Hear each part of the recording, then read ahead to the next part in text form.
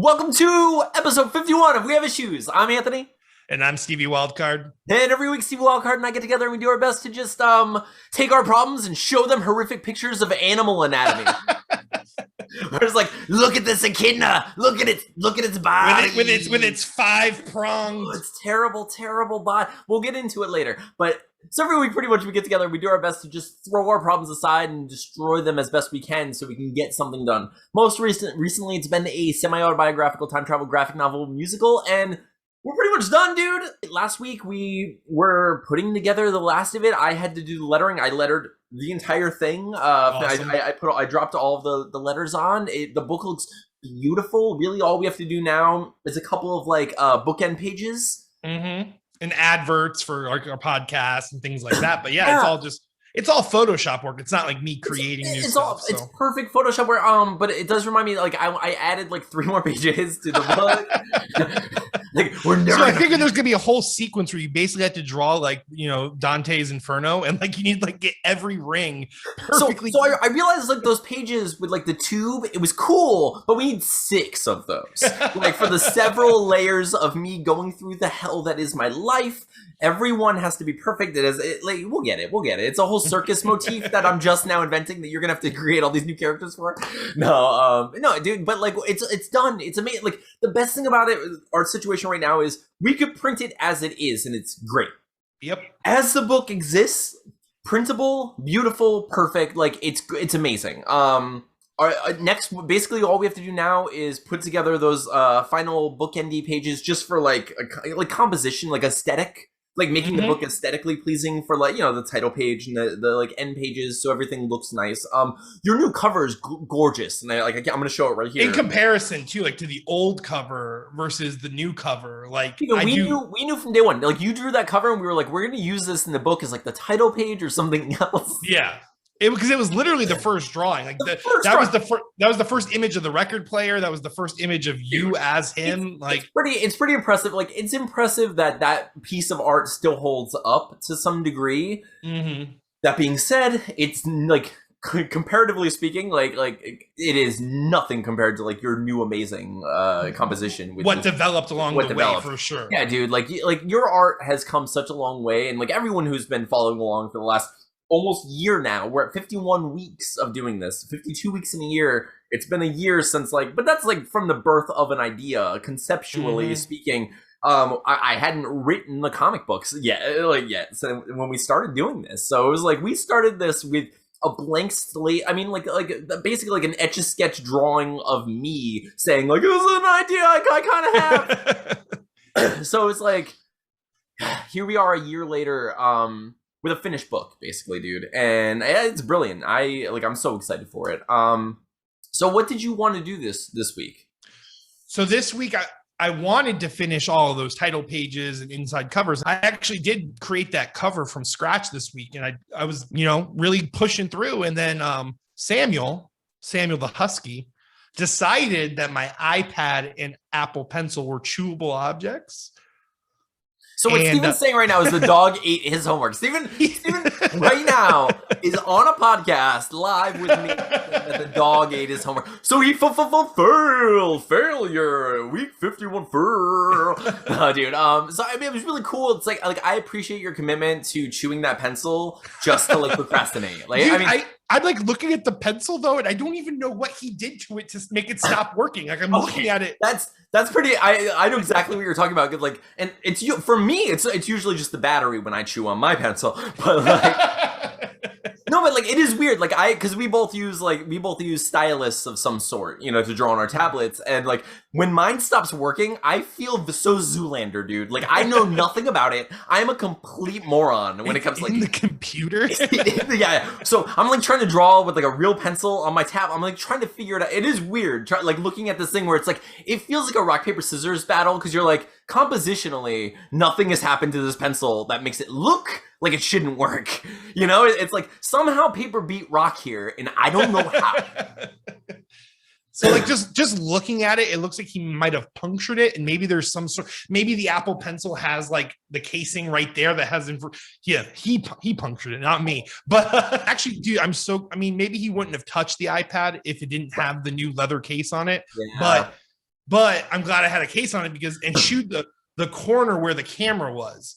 Like, so he was biting down. I'm like, oh my God, my lenses. Like I checked. But yeah, that's what's, if you ever want to own a husky, ladies and gentlemen, they chew everything. He has to either be kenneled or hanging out with us in the immediate room because he will chew anything and everything. But so because of that, you were basically out of commission with the exception of getting this cover done. But the cover was brilliant. Like, it looks fantastic. Like, that's like, I mean, whatever. We're adult people with jobs and we're parents and we have whole lives and other drama and all kinds of nonsense going on. And that being said, like, dude, to get that cover done in a week, pretty good. Like, whatever. Yeah. I don't care if, like, actively, productively, it took you an hour of time.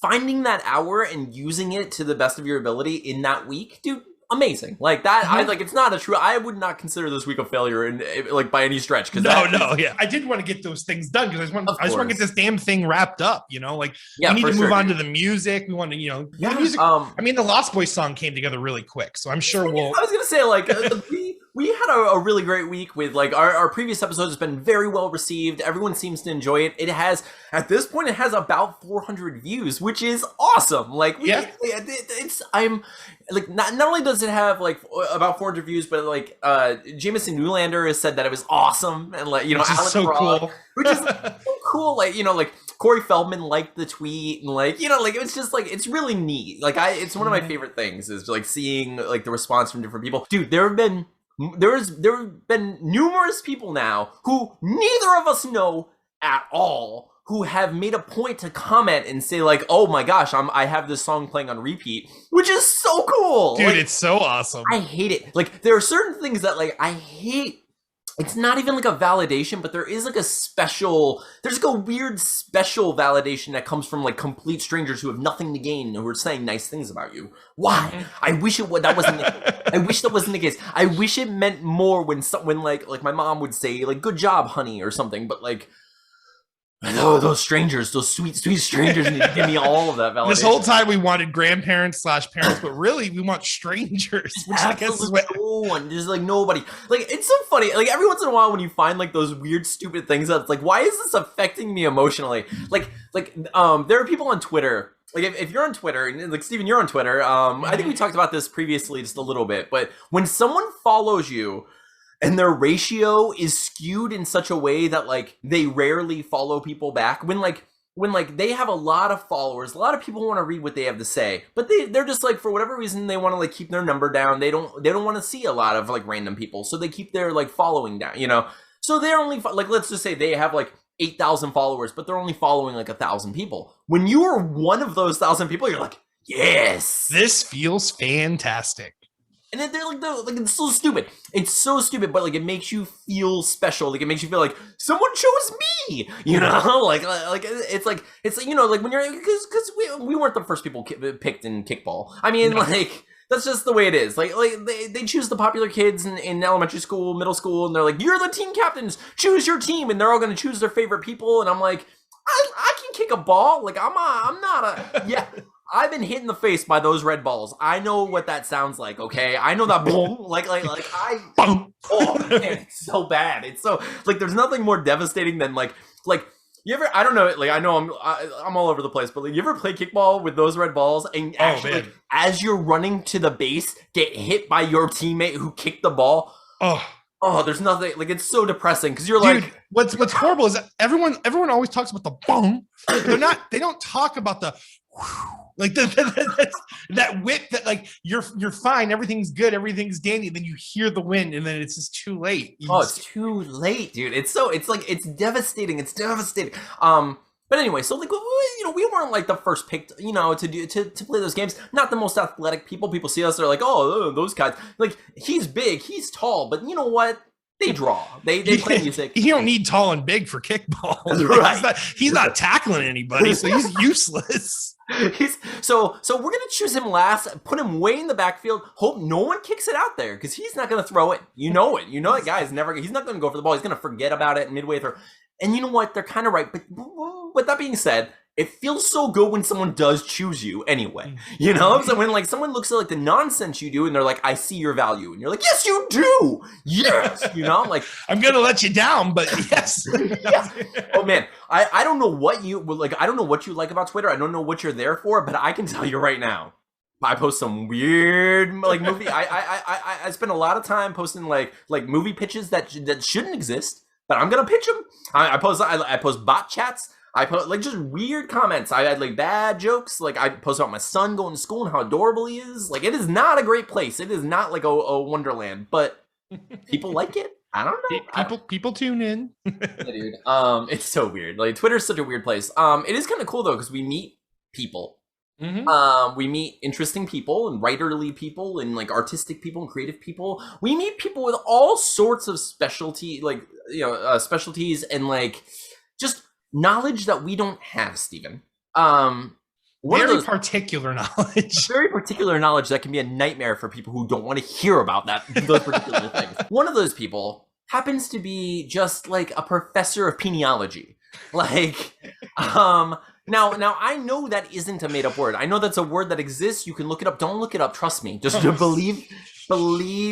We've invited to the show a professor of peniology, Stephen, someone who knows more about the animal kingdom and their dongdoms than anyone I've ever met in my life. But that's not her only specialty. She's also a very clever, hilarious, and interesting person. She is a fantastic writer who has worked on short stories, poems, and comic books, which I'm super excited to hear about because, like, I've only seen the cover. I've done minimal research, not as much as I should, Stephen. Like, I that was all on you. You should have done this intro because you know more about our guest than I do.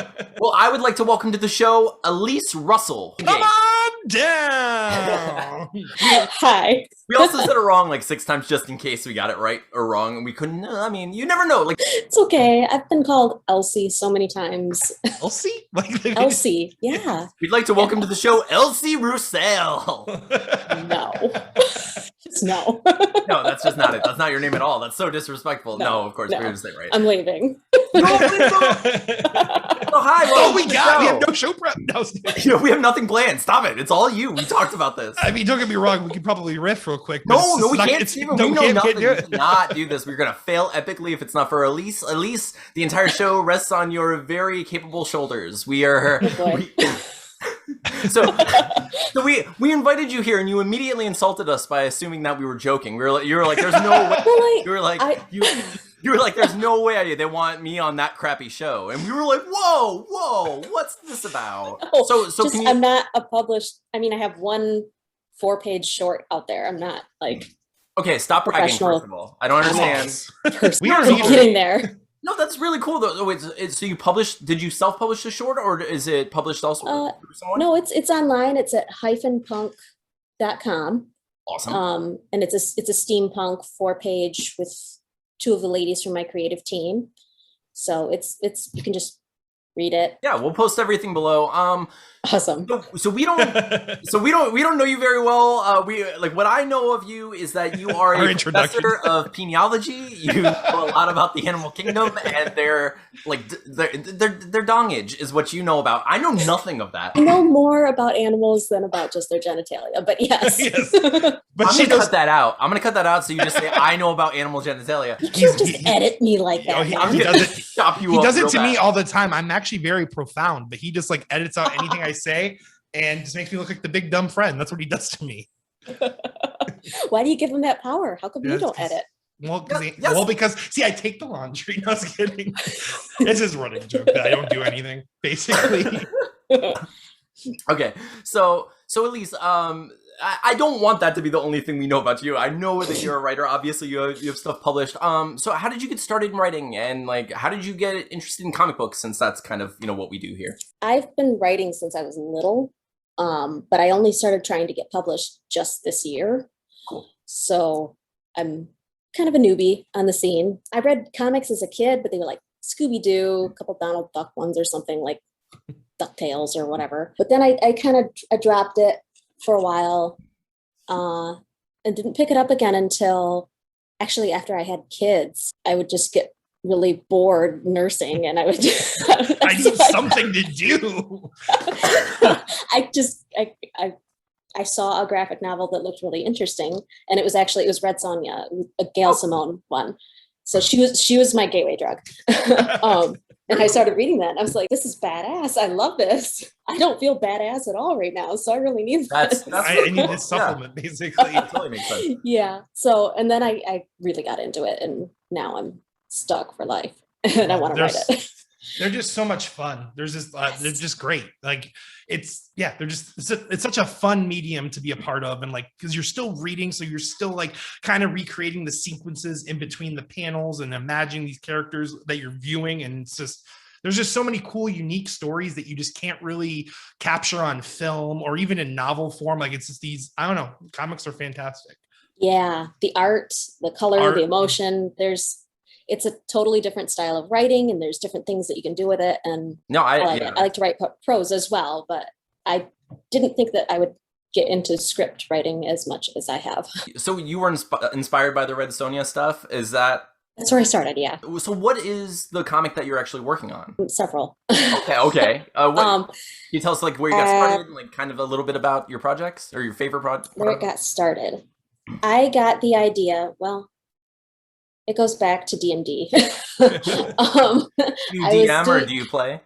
No, I just played it. I just played. This was before the pandemic.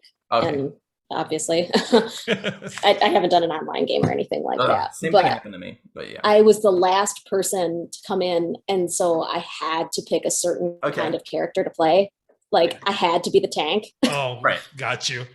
And the least picked role in any game that requires that role. Like if you play Overwatch or World of Warcraft or any game that requires a tank role, no one's picking the damn tank. That's just never happens. Well, I would now, but I wish I could go back. And they told me I had to be Dragonborn, and I didn't want to be Dragonborn.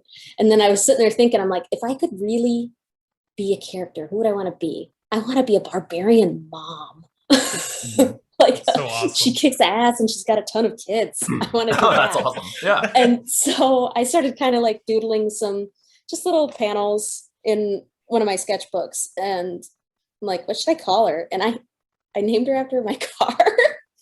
So I had this car that it was like a Toyota Camry. It was my first car, and it was kind of golden colored, and it was super janky. It had like a backpack strap hanging for a door handle on one side, but it just never had a problem. It never broke down. It got never from A to B. It was a tank. Yeah. And I called it Brunhilde because I pictured Brunhilde, the Toyota Camry. I pictured it with like the long braids, like the backpack strap was obviously the braids. Yeah. So I'm like, I'll just call her Brunhilde. That's funny. And then I started thinking about it more, and I'm like, I had never, like, I do short stories, I did poetry, I wrote books, but not comics. I'm like, there's some humorous stuff in here that is not going to come across without the visuals. Mm-hmm. That's where I got started. And then enter Danny with her freaking her fantastic pencils. Oh my gosh. So Danny, it just, I could not believe how I found her. I put up a notice on Guru, I think, or something, where I was looking for a female comic artist because I had this idea. I wanted to put together an entirely female team. Mm-hmm. And I described the project, and then I was perusing through Reddit, and I saw this portfolio that this artist had put up, and it looked amazing. So I messaged her at the exact same time she messaged me on the other website. Cool. What? That's so cool. It's like when you used to pick up a landline and your friend was already on it, and you're just like, how did this happen? What is this sorcery? I love that. Yeah. So Danny says it's fate. Yeah. No, it's amazing. And then after that, I tried to start writing some short stories, and they just started turning into scripts. And I'm like, Danny, you've ruined me for prose. And she goes, that's not my fault. You're just evolving into your final form, because she's sassy. But yeah, she's fantastic. She's just finishing up art school, and she lives in Mexico, and she just has so much talent. Oh, for I sure. could not believe it when I saw. Yeah. Her style is so cool. It's like that perfect mix of just like that, like, I don't even want to say cartoonish, because it really like, it doesn't do her justice. Like, it's just got that perfect energy to it, basically, like that. It's great. Yeah, she's very intuitive. She will, it's like she can see inside my brain. She really picks up what I'm putting down and then adds a little bit to it. She'll add a little detail to a character that's just like, oh, yes. And then that's you take perfect. credit for it, and it. Of course not. No. I'm kidding. I that's always not the give deal. credit where credit's due to my team. Oh, well, I need to renegotiate my contract. No, Steven, it's all me, baby. It's all me. I write everything. Anything that comes up, just nope. No serendipitous moments here. It's all. Yeah, it was premeditated. This is a joke directly from our DMs where he basically had to like add a little bit of green aura on one of the pages because I stopped it short, and he's like, so that means I basically did 88% of this page, Steven. And I'm like, yeah, you're right, you did 88% of the art of this page. So Steven and I both draw. I love Steven's art the most, so I love working with him. But any chance I get to just add a little something and take all the credit, I'm gonna do it. It's so funny. But yeah, that's. I mean, we've also been. And best he just friends. puts up with your crap because he's a good friend. He does, and I think he knows that. Like, I put up with his crap and do all the editing and all the stuff. So Listen, I take the laundry, I pick it up, I gather it, I put it in the laundry, I put it in the washing machine, I start the machine. Listen, all you do is fold it all. And you act like folding's this big deal, Anthony. Who does the socks though? That's the worst part. Socks? Yeah. Oh, the socks are horrible. They never find a matching pair. Like ever. Like that's awesome that you found like Danny like that. That's crazy that like you basically just connected so randomly and it's just taking off. And like I've seen like the cover or I've seen artwork for Brunhilde. Brunhilde, I'm saying it right? Yeah. It just looks fantastic. I'm super excited for that. But then I also saw that you posted that you have like 2 other things that you're going to be working on next year. Yeah, so Brunhilde hasn't been picked up yet.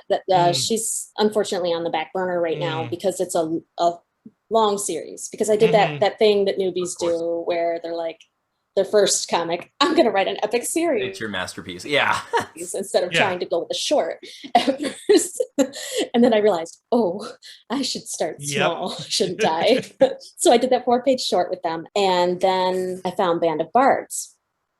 So at first, when I saw them, they were just on Twitter, new on Twitter, I think. And I looked at their website and it just said something about how they wanted to provide a platform for vets. And I was like, oh, that's really cool. I'm not a vet, but that's really cool. I want to help promote that. So I've started, retweeting them and trying to talk to them and get some more followers. Not that I have a ton, but I wanted to kind of help because like I'm new, they're new too. And I started pitching Brunhilde to, a few different comic companies, and I did PitMad, and then I saw that they were opening up their submissions, and I looked at their website again, and that had changed. It wasn't just for vets anymore. It looked like they were accepting other kinds of projects. And I was like, oh, okay. They seem like cool dudes. I'll try that. So I sent it into them, and they responded very quickly. They liked Brunhilde, and they did something that I was not expecting. They do Zoom calls with people whose projects they're considering, which is so nice and such a personal touch. I got to know them. And that's awesome. Having been given the runaround by some other presses that were just so rude to me, I was just like, this is great. This is a breath of fresh air. But they said they wanted to do a shorter project first to get our names out there before jumping into a big series like Brunhilde, which made total sense. So they said, horror seems to be selling really well right now. And I saw that and I was like, hey, I write horror too. I've got like 10 of them. If you want to, it's like a basket of baby kittens and you can pick one. Pick which one you want. So we set up another Zoom call and talked about that. And I decided that the Fell Witch would be the most fun to start with. And I talked to Danny. She's like, I've never done horror. I don't know how to do horror. I was like, I believe in you. You can do it. But horror is so broad. Like, I mean, her style can easily. I mean, you've read Slowpokes. Have you read Slowpokes? Yes. Yeah. Yes. I saw a post about it. Yeah. Stevie Ren is a great. Oh, dude, Stevie Ren is a great guy. But Slowpokes is like that perfect level of horror camp where it's like, I mean, it's the artwork and everything is obviously campy, but I mean, the Gravitron death is still my favorite death sequence of anything I've ever seen in a comic. But yeah, no, like she's definitely more than capable of handling horror from what I've seen of her work. Yeah, and she tends to doubt herself a little bit, and then I'm like, just do it. Does she also do portraits? She'll do. Yeah, she does. She'll do character designs and things like that. Yeah. I think I've seen some other stuff of her because I saw the Brunhilde stuff, or at least a couple things. But she's doing illustrations for my book as well, like my prose book. So cool. And she's going to do the cover. That's so awesome. Because basically, anytime I do something now, I'm just kind of like, can I bring Danny? Nice. Can I bring Danny this with is me? This is Danny. It's good to have. I mean, that's what Anthony and I have with each other. Like Anthony has like so many strengths that I do not possess. You know, like he's so good at seeing the big picture and like painting it all, and I'm just like sitting there like detailing out what he's seeing. And it's good to have that person that just compliments you, basically. Yes. It's awesome. We work well together. And she's got this thing where she's extremely OCD about her just flawless inking.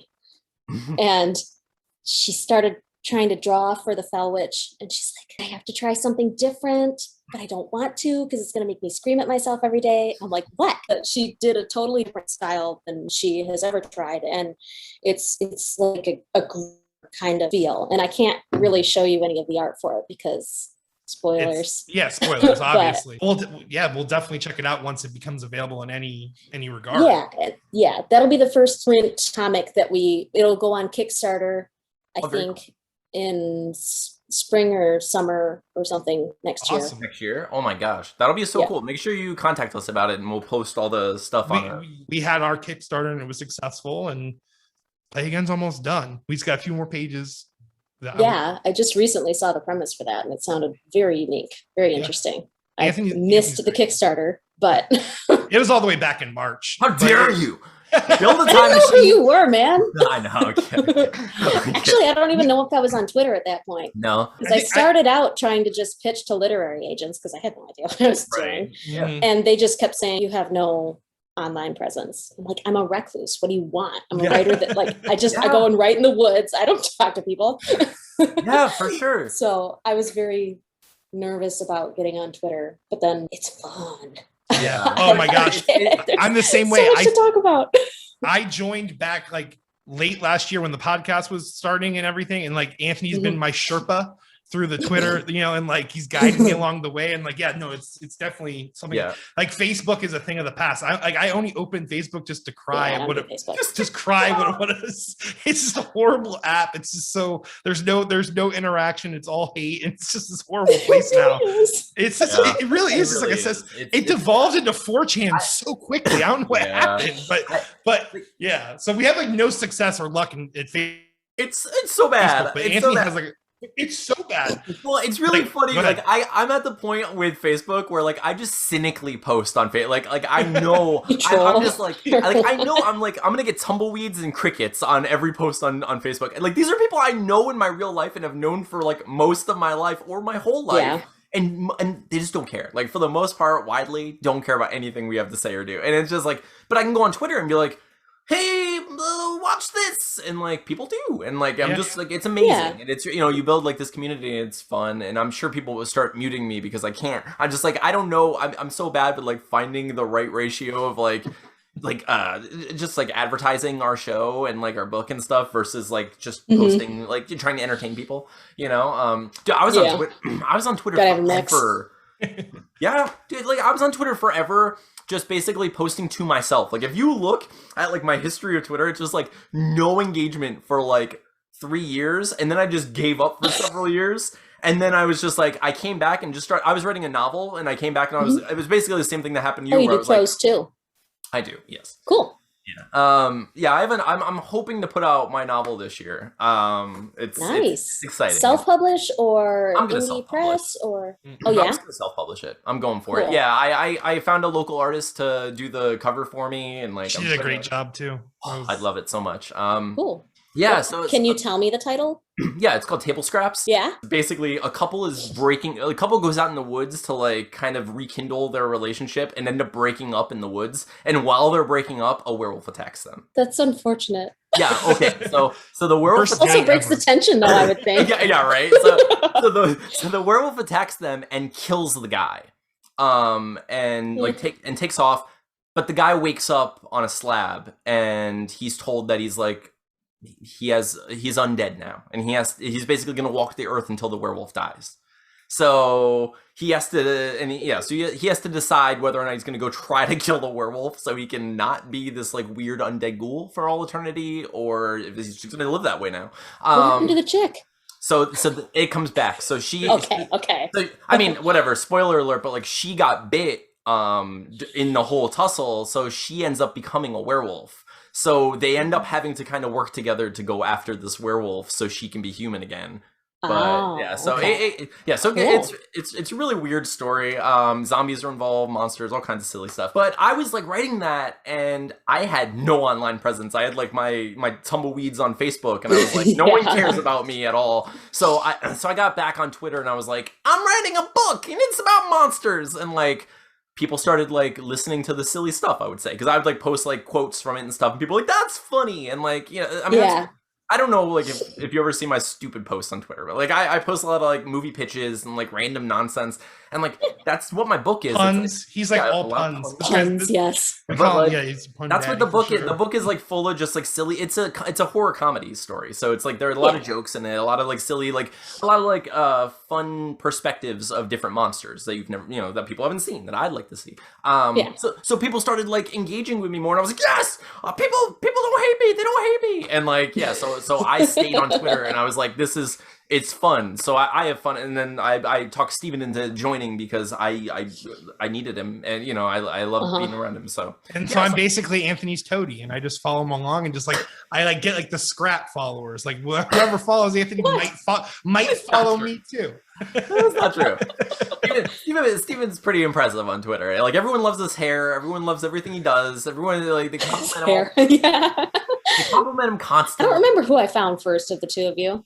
Probably Steven because of his hair and his. Did it all like It probably was. It is glorious. Thank you.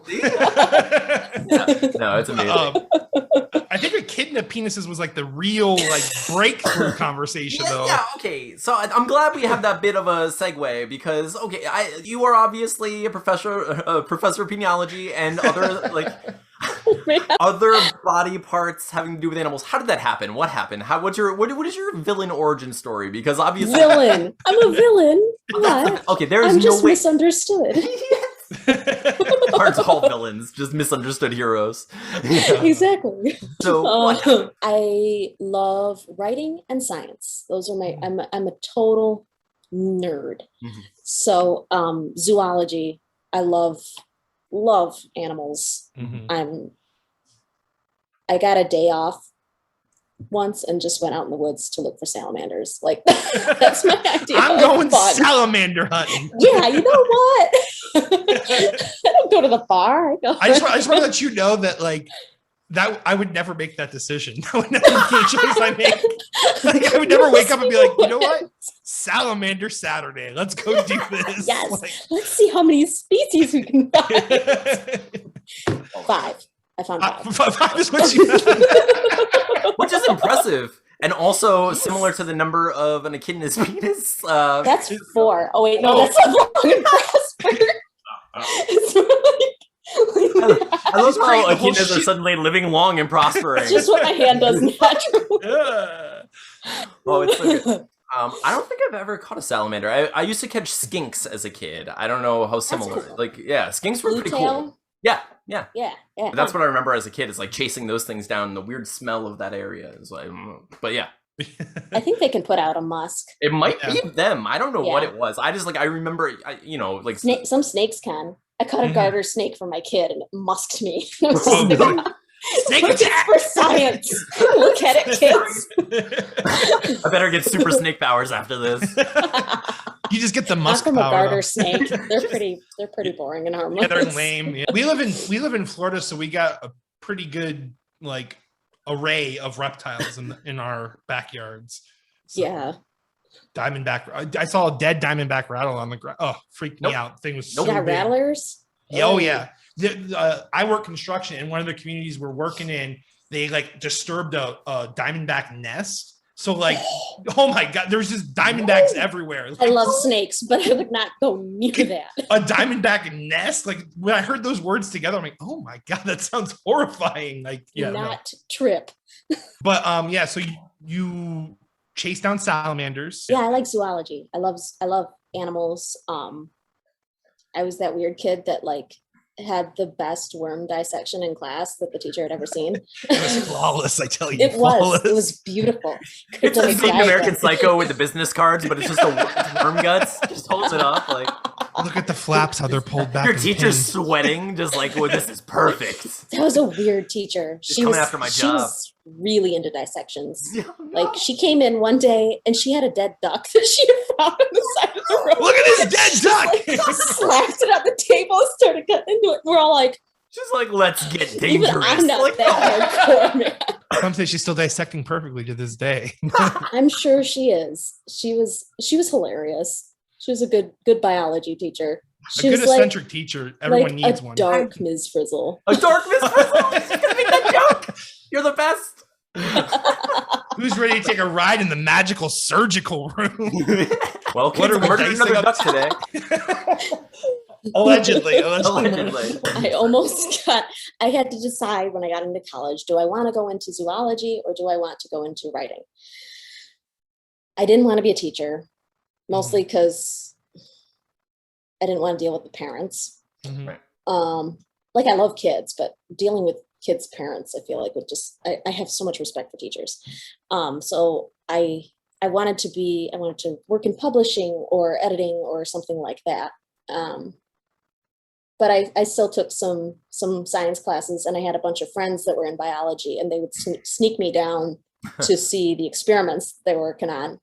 Like they had a bunch of baby turtles at one point, or lab rats, awesome. or whatever, and they would sneak me in and tell me what they were working on, and that was always really cool. Yeah, so I like know Ninja a lot Turtles. about They were making zoology Ninja because I Turtles? thought about getting into it for News.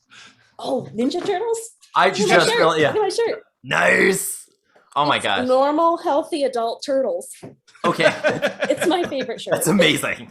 Yeah. It's a fantastic shirt. And I'm sorry to Well, one interrupt, of them. but if you came across turtle shells, like Ninja Turtle sized turtle shells, like let's just say the Predator from the Predator franchise like came down and was like, I want to hunt the greatest warriors, and he kills all the turtles. I don't think he The would. Ninja Turtle specifically, right? The Ninja Turtles specifically. I don't think he would kill all of them. I think that they would end up taking him. First of all, that should be a question. I didn't mean to load that so much, but what do you think? Who would win, Predator or Ninja Turtles? Ninja Turtles. Okay, thank you. I mean, so they're much, ninjas. because they're ninjas, Yeah, right? but And there they're are so also many of them, cold-blooded. and they fight Yeah. together. Yeah. Oh, good. And he good. sees Cold-blooded, though, she's heat, right. He Yeah. sees Oh, yes. body heat, and they're cold-blooded. I don't know. In Predator 2, though, But they're in Predator, kind of like hybrid with humans, so maybe yeah, not. maybe not. But in Predator 2, they did that whole thing where he switched his sights. Yes, that's what I was going to say too. But but that's a great I point. don't remember Elyse. that one. I remember the first one very well. Yeah, but no, that's a really good point.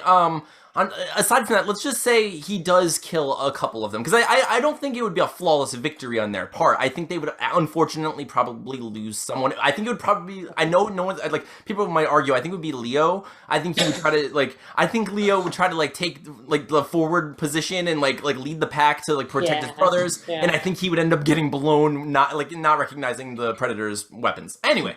Do not take Vanguard with Exactly. Predator. Exactly. Just don't.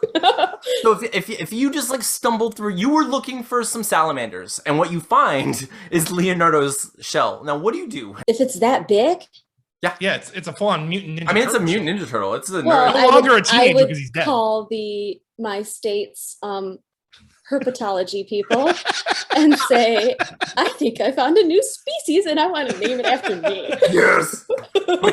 Wait, would you just go with like your first name, or would you name it after turtles? What would you? No, I'd have to think of a punny kind of Latin name.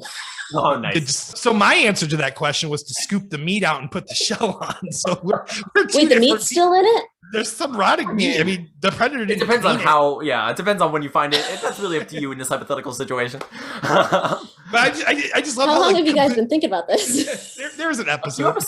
few episodes now. We're just gonna I keep. did not see the latest episodes. I've seen a few of your episodes. I don't but even not remember all what of them. episode it was in. It was just a random episode. I basically just went full in. Like I would scoop the meat and just put the shell on. And Okay, I saw someone made a statue of it was the predator with all of the turtle heads, and I was offended by it because I was like, "There's no way he would take out all of the turtles. All of them? No Yeah. way, right? the predator lost to a cop in Thank Predator you. 2. He lost to Danny Glover. Danny Okay, Glover took him out. he goes, "I'm getting too old He's for a this schmuck, shit, Glover." man. Yeah, he's just, I need to watch. I'm gonna watch Predator 2 tonight, just because I have the same feeling that Steven just had. Like that's in my head. I'm like, how did he beat him? And I don't really even remember how he did it. Like to be honest with you, dude, I think he beats him, and not only I- beats him, but I think like the other predators come down and like honor him for doing it. yeah. Like if I They remember give him, like, a correctly, weapon and stuff, and like yeah, like Are there lady predators? I think in the newer ones there have been, right? Or are Okay, they just kind I've of like, seen I've seen recently. earthworms where they've got both and they can just I mean, it's possible. Mandible connect. mandibles? Those are mouth parts, man. Those are see, she would know better than me. I'm just like mandibles is what he no, these are like insectoid. Well, they could connect. I mean, we don't know the sexual reproduction of predators, but I'm just We saying that don't. they I probably could have a hard speculate, I guess. yeah. they probably have some hardcore Scientific makeout guess. sessions though. What do I you mean- think? No. Elise, you are the professional here. What do you think a predator's downstairs mix-up looks like? I mean, you can't really see. They're naked all the time, and you can't see it. So I'm going to guess they just have a cloaca, like a bird. Like a bird? Yeah, I mean, it is. cloacal kiss. Man, I need to think of a predator. That, And I'm going to guess they are not mammals. Yeah, they're Right. definitely insectoid or something. But they're like, Yeah, it's like, they lay it looks eggs. like They they're definitely insect- lay They're eggs. alien, yeah. It looks like they're like insectoid and like reptilian to some degree. Like I don't. they got scales. They have like the scaly look. But they also have dreadlocks. That's true. You ever see the original design for the Predator? No, No. it's like No, it was supposed to be like Jean-Claude Van Damme. First of all, it had like this weird, like it almost had like a xenomorph alien like head. Like it had like a long, weird, just head that stuck out and kind of bounced around in the dumbest way. Like I'm still, the fact, like I don't, I'll post a picture on here so everyone can see it. But like the fact that it went from They're trying to that- go kind of like alien. yeah, with I guess it. he Yeah. like, got too hung up on the alien design. Yeah, I basically. guess. I think that's Like what big happened. heads is Poor the man's future. alien. But like it is kind of amazing. Like I don't actually know the whole story of how they went from that to like the iconic Predator look, because that look is, I mean, it's fantastic. It's amazing looking. It is like, I mean, it's ugly. It's I mean, a humanoid to an extent, you know, with like the eyes. Yeah. But I mean, it's it's got the form. the of a form. human. Yeah. But like it's still so cool, right? Like, Like, it's, but I mean, like the mask and stuff too. Like I always think like I think of like even like Joey Jordison from Slipknot. Like I'm not a big Slipknot fan, but his mask, it's like so still looking, and I just think like that lifeless like mask is such a cool look. Like that's why Predator looks so awesome. He's got that steel mask over his face, and then Yeah, pops it's it off. emotionless. Yeah. Like you wouldn't be able to reason with it. so she would obviously report to the authorities, is what she would do if she found an Ninja Turtle. The herpetology. The herpetology. The authorities. She's getting this damn. I'd need to call talk them to the nerd turtle villains. cops right now. Get the turtle cops on the phone immediately. I need to talk to the turtle commissioner.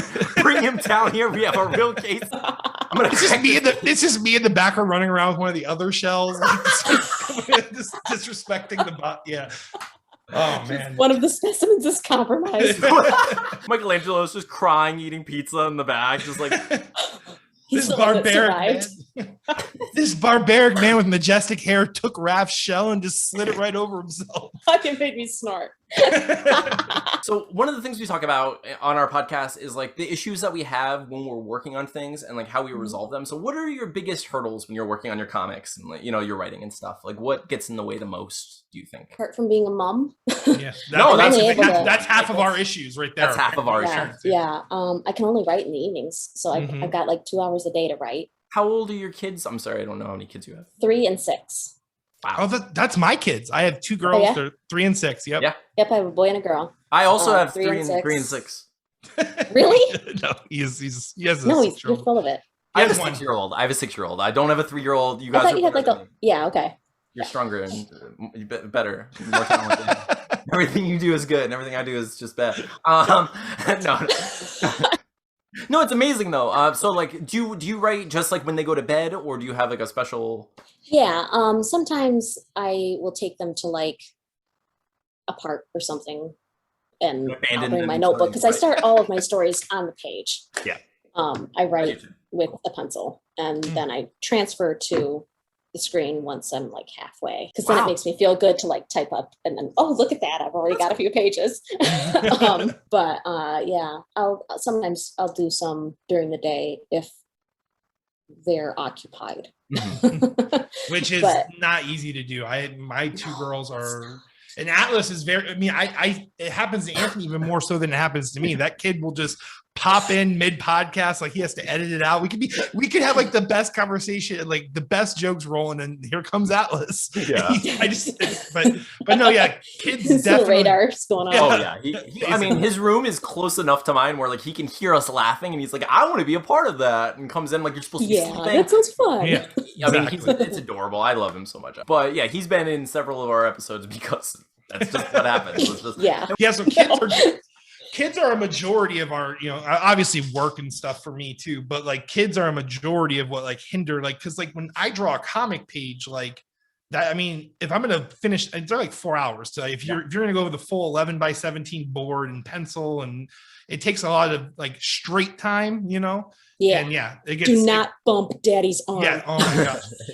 my little one will just get on the table and just kind of rock the whole, and it's this huge round table. He's just rocking it. And I'm like trying to like move my hand with the motion, but yeah, no, definitely understand the kid problem. I was going real abstract with this page. Like I meant to do it. It's all there. I know you look.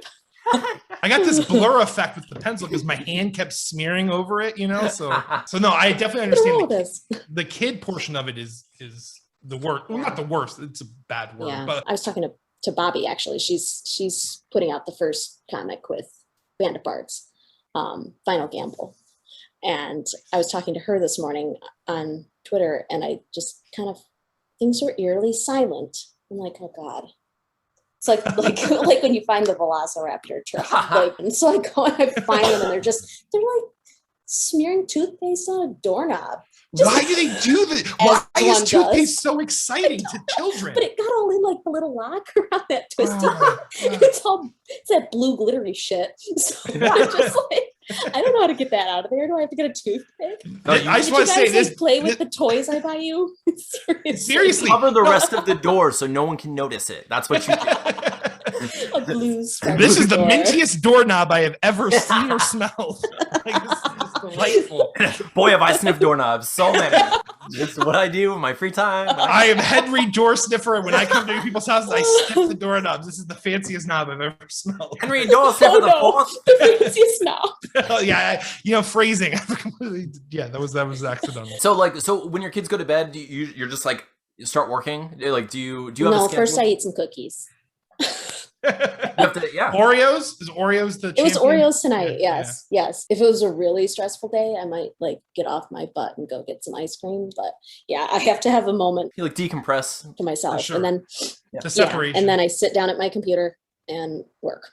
Well, it's not really work for me though. No, it's like very rarely. Spewing joy into the world, really. I don't know if any of my stories are really joyful. Yes, Steven, we're working on like the most depressing thing ever. It's like I sit down and I'm just like I live in Care Bear Mountain or whatever the hell the Care Bears live, and I'm just dancing around with like happy smiles and Steven's had to draw my sad face like 5 times per page, and he's just like smiling while he does it, just like everything's great. This is just, life's a happy so song. Miserable. I love it. Like, but it's not me. Just kidding. Hey girls, come look at Anthony. He's sad again. Like, making fun of me the whole time. Just no joy. Like I get what he's saying though. Like I feel that like, oh, it's happening. I'm making stuff. It's great. I'm finally doing something. I feel productive when I'm not on Twitter because it's real hard to like break away from Twitter. I have had an evening or two where I sit down to write, but then I open Twitter. Yeah. Oh, Yeah, yeah. I And then, Oops. I was gonna ask because Yep. like since Big we mistake. we're all on Twitter and like that's how we met and stuff. I was gonna ask like, do you also have that same like similar addiction where it's like it's kind of hard to Yeah. break from it and just do stuff sometimes? Yeah. Yeah, definitely. I think it's the only chance I have to talk to other writers and creators. Mhm. Yeah, And yeah, it's fun. I mean, no one in my real life reads my stuff or talks about it at all. So I, So do you? Yeah, the camaraderie on Twitter is freaking Yes, awesome. yes, That's the yes. addictive. And like, honestly, if relationships are the addictive thing, then I guess it's not that bad because you're actually interacting. But yeah, Mhm. like it is time consuming. That's for sure. It can be, yeah. Yeah. Yeah. So I mean, so you mentioned so you get a lot of support, or you get support from Twitter in a way that you might not get it elsewhere. Do you have Mhm. like any kind of like support system in your real life, or is it just Twitter? Because for me, it's literally just Twitter. Like, For writing, yeah, it's Yeah. just through my publishers and Twitter. that's so interesting. Yeah. Man, I mean, I don't know who you would have who would otherwise want like champion you through it and stuff. But I don't know why. I wish I didn't want them to care, but I do want like people who know me in my real life. I'm like, just care about something, care Yeah. a little, you know? Like, Yeah. But I found in real life, if they do show any interest, it's because they want to talk about their writing and have you like, or they tell you ideas like, you should write this story. Okay. Here's all of my awesome ideas, but I don't want to write it. You can write it. Mhm. I'm That's like, your- I hate that. I hate You that get so that much. too? I hate it. Okay. You want to know what I hate? Like, okay. I mean, most of what I like to Opens a do, can of worms. most of what I like to do in my free time is come up with stories and write them. Like that's Yeah. what I like to do. It's like my favorite thing I get to do when I'm not being a parent or like an adult person. You know, I'm just Yeah, like, adult person, like- yeah. I'm like I make stuff and then like I create an idea, I find an idea, and then like I put together the puzzle pieces of the idea and find a way to make it work and look like the way I want it to look. There's nothing worse than someone like sitting down while I'm doing that and being like, maybe you should put this piece here. I'm like, get away from me. This is my freaking job. puzzle. Oh, I never let anyone in real life read my stuff. I Well, barely see, let people on Twitter read it. and There's like maybe a couple people I've shown stuff to. Yeah, I think what happens to me, like what happens to Don't. me is I am very open with just like here ideas. Like as like in their infancy, I will throw ideas into the public world and just be like, I don't even care. Like to an extent, it's almost like I'm not a very competitive person, but like to an extent, it's almost like a challenge. Like I'm gonna throw this out in public, and I'm gonna have to hopefully get to it before someone steals this idea. It's like trying to light a fire under your own ass. Yeah. Exactly. This is me planting the flag in this idea. If anyone takes it, I have this tweet as evidence. Yeah, This is pretty exhibit much. A. But like, so what happens to me is I'll put ideas out there in like their infant stages where I'm just like, this idea is not walking yet. It's pooping its pants, and like I'm making sure this idea doesn't die. That's my only job. Yeah. I'm like, I can't let this idea kill itself. Just parenting, you know? So, but what happens is every once in a while I'll get like a message and someone will be like, oh my gosh, you know what would be really cool for that idea is this. I'm like, no! I hate it. Because like, I hate it. Never, No way. never like, oh god. Get off my lawn. Get off my lawn. Get off my story's lawn. Because Like, yeah. it's even worse when they like kind of guess where you were gonna go, and then That's it's like the they worst. get to take credit. Like, no, I was already there. Well, you just killed him, man. He's gotta That's, murder him. that's my move. I take credit for everything Steven does. You can't take credit for the things I was going to do anyway. So anyway, but like, yeah. So like that. So that happens to me every once in a while. I am someone who will have uncomfortable conversations with people.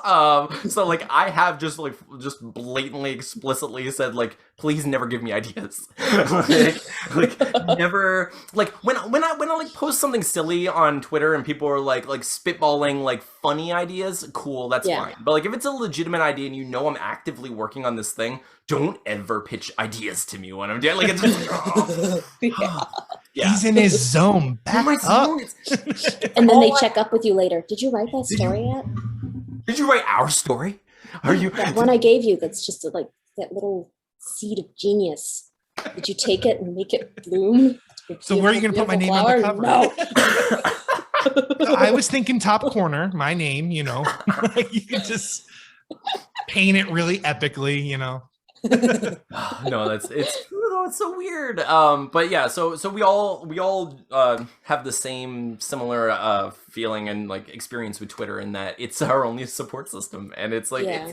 it's not Our bad writing though. community it's is kinda cool. awesome. Yeah, we do have some. For I the will most- say this yeah. though, we have some like friends that we haven't seen in a while, like that are super supportive on Facebook. Like my friend Joey, Joey's really cool. Bryn's really Bryn. awesome too. So we do have like some of our old high school friends that are just really excited for us because they remember what we did then. But I almost think it's like that separation of time where they can appreciate us like from the outside again. Like they can see like they want, so like, but yeah, as far as family goes, like I think about like, man, my mom like never brings it up. Like I'm like, hey mom, did you see the things oh yeah. It's like there's no Where's my car keys?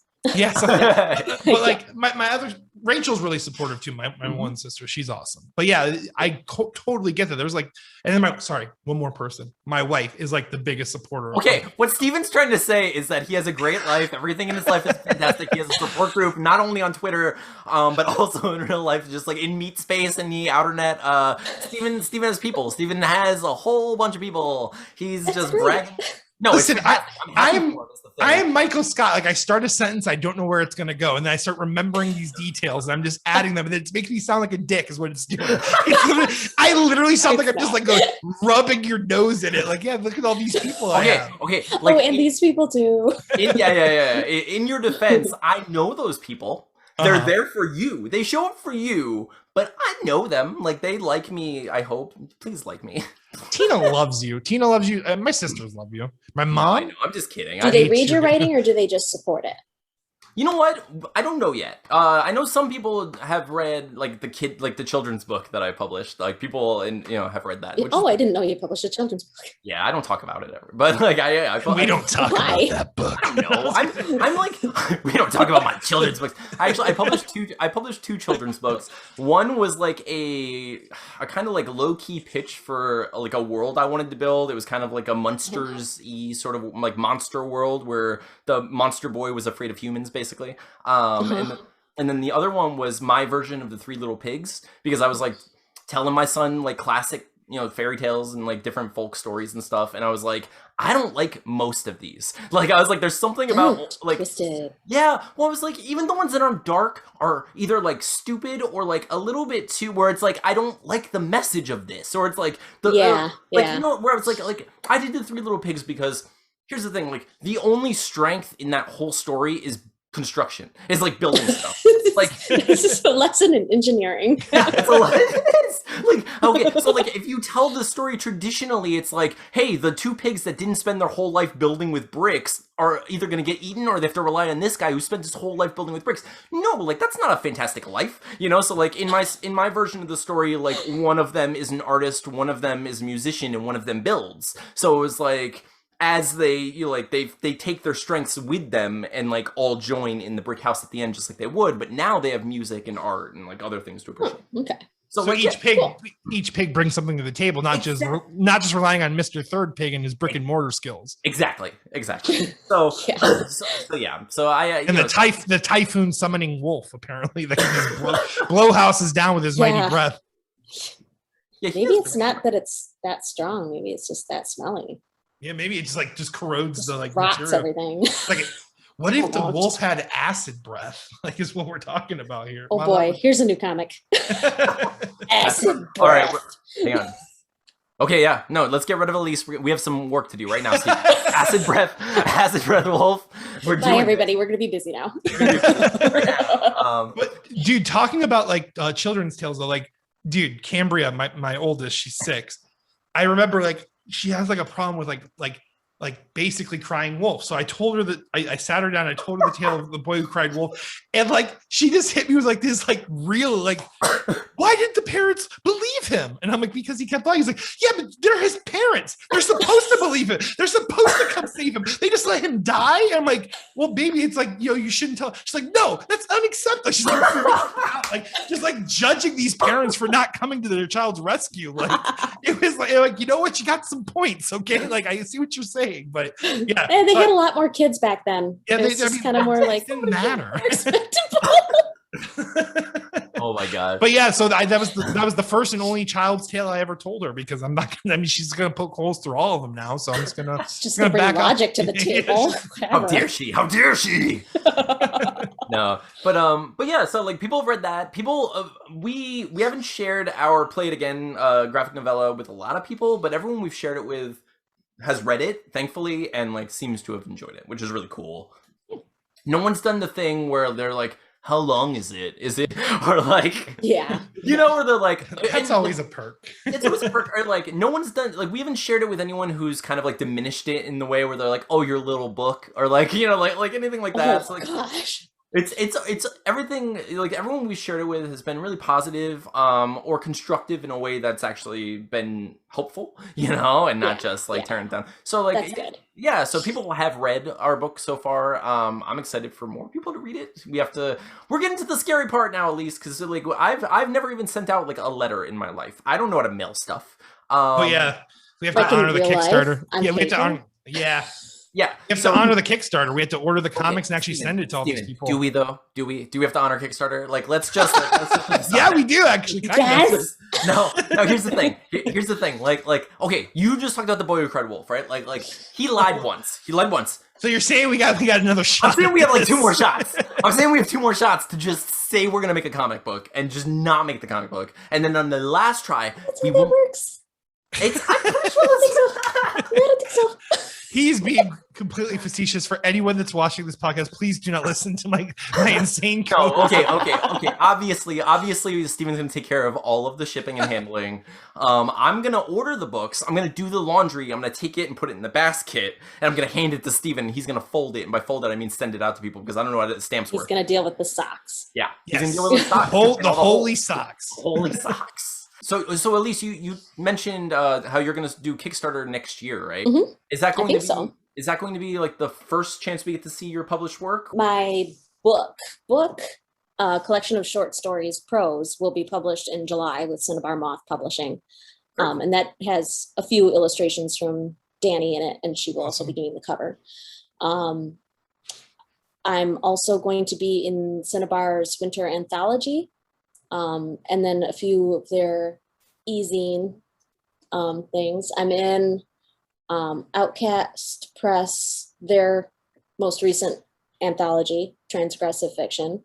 And that I think is available for pre-order on Kindle. No, Elyse, what's? I know we'd be remiss if we didn't talk about animals just a little. I just want to know a couple. I just want to know before we go. Okay. A couple of interesting things. They don't have to be like hilarious or gross. Just like interesting things that we probably wouldn't have learned otherwise about any animal at all. That you're just like, I can't believe I discovered this and it's really cool. I think one of you probably saw the tweet I just put out about Tasmanian devils. Have you heard about that? Yes. Oh my God. So they give birth to like 20 to 50 babies at a time, and they're all the size of a raisin, but they've only got 4 nipples. I saw So it. it's like the first to get to a nipple will survive, and the rest are just going to be a bunch of pink raisins in the dirt. Oh, that's the worst reality show of all time. Nature. Oh my- What is this adaptation? But yeah. The mom is just Our like sequels are Drago. so interesting. If they die, they If they die. die, they die. Let's just. You're not going to rotate the babies? Nah, I'm not going to rotate the No, babies. not gonna rotate these babies. No one's gonna. Oh my gosh, that's crazy. I'll tell you So though. weird. It is weird. It's also weird that I truly don't know what a Tasmanian devil looks like. Like when you said that, I was just thinking of Taz from Looney Tunes, Merry Looks nothing Melodies like Taz. with nipples. That's what I'm thinking of. I'm You should look sure. them up. They make the creepiest noises when they're eating. It is terrifying. I'm watching Tasmanian Literally Devil terrifying. videos after this Oh, podcast. for sure. Me too. I'm gonna post pictures. Might be one of the scariest animal sounds out there. is Really? Wow. When they're eating. Yeah. It's Ugh. they're scavengers for the most part. And they Ooh. eat carrion. And they'll like, yeah, And you're alive. vocalize while they eat. Okay, Elyse, aside from looking forward to the Kickstarter next year, what else can people look forward to? What would you like to plug? Where can people find you?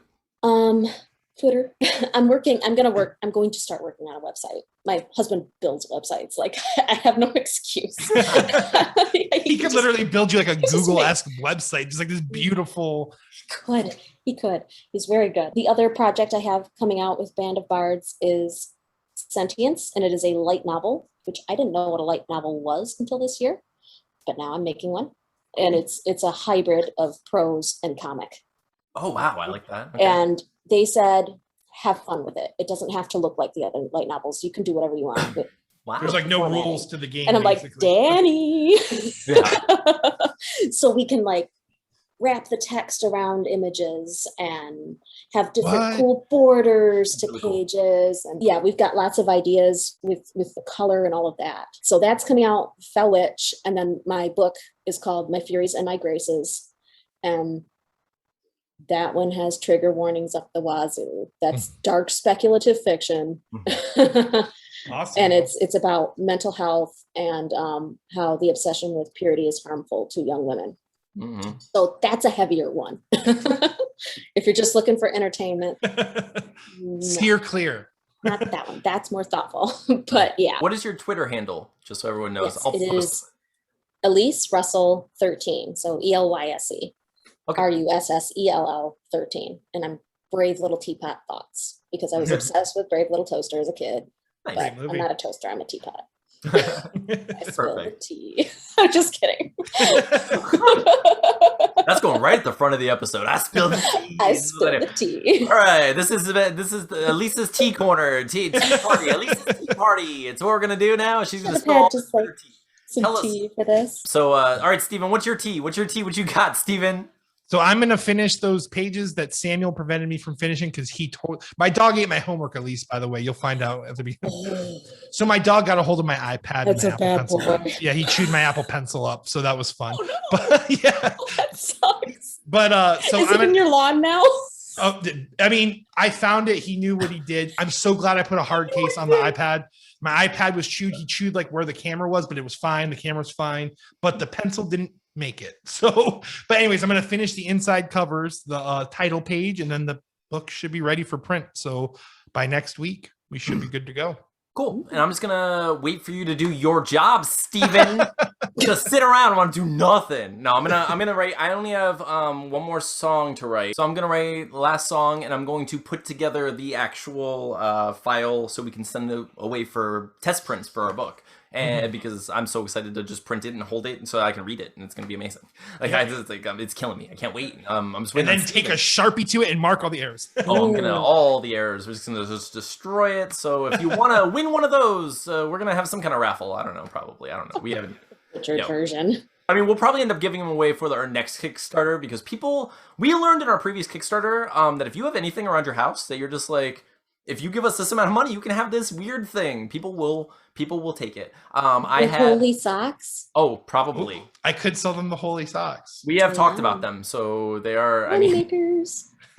Turn Authentic scent. your unmatched holy socks into a profit-making machine. This simple step. Next up on We Have Issues.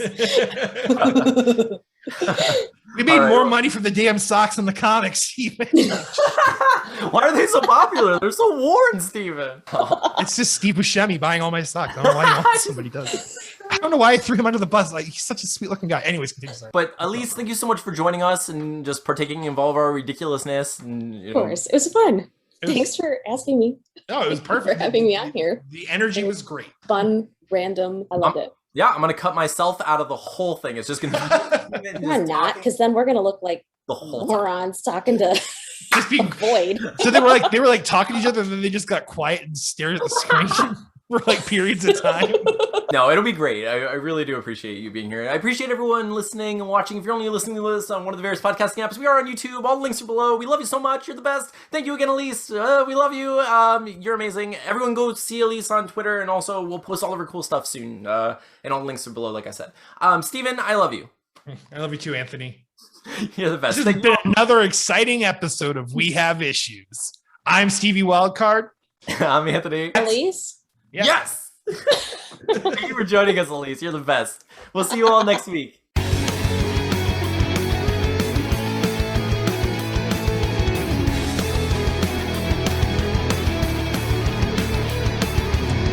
I'm actually the big dumb friend. I know just their genitalia, but yes. All right, so this is the part where you have to do a freestyle rap battle against Steven. Like you and Steven, you should. I can't freestyle right now. I think Have a good night.